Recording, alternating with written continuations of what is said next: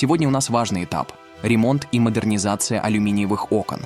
В текущем варианте установлена бюджетная фурнитура с накладными петлями. К сожалению, это создает некоторые проблемы. Контур уплотнителя прерывается в районе петель, что приводит к проникновению холодного воздуха в квартиру и серьезному дискомфорту. Но не переживайте. Комплексный ремонт поможет решить эту проблему. В процессе мы установим скрытую петлевую группу, что позволит нам создать непрерывный контур уплотнителя.